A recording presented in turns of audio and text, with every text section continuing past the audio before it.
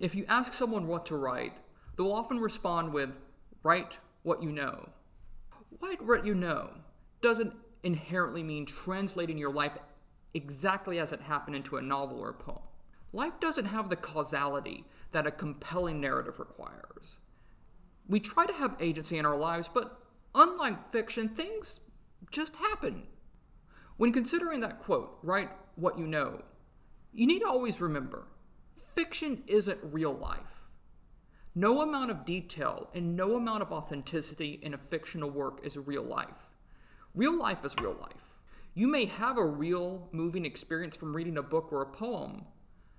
Details like street names, real cities like Edinburgh or Tokyo may provide a realistic, a representational backdrop, or make you feel present in a story.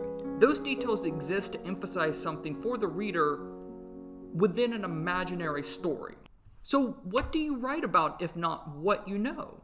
Think of the phrase, what you know, as a tool for informing what you write and not the source of inspiration. A better answer to the what to write question is, write what inspires you.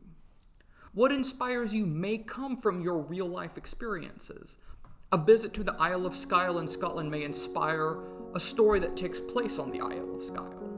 Adopting a new puppy may inspire a story about adopting a puppy. But a good fictional story or poem isn't just about translating that life experience. It's about using those life experiences to inform how characters act and react. It's about using your experience to inform details of an environment that a character interacts with.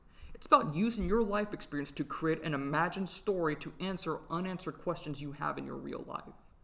As soon as you decide to write something as a work of fiction, it no longer belongs to real life. It becomes imaginary circumstances.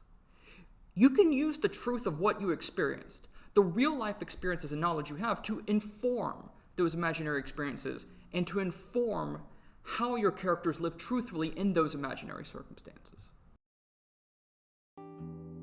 Thank you for watching. Don't forget to subscribe to our YouTube channel and like us on Facebook.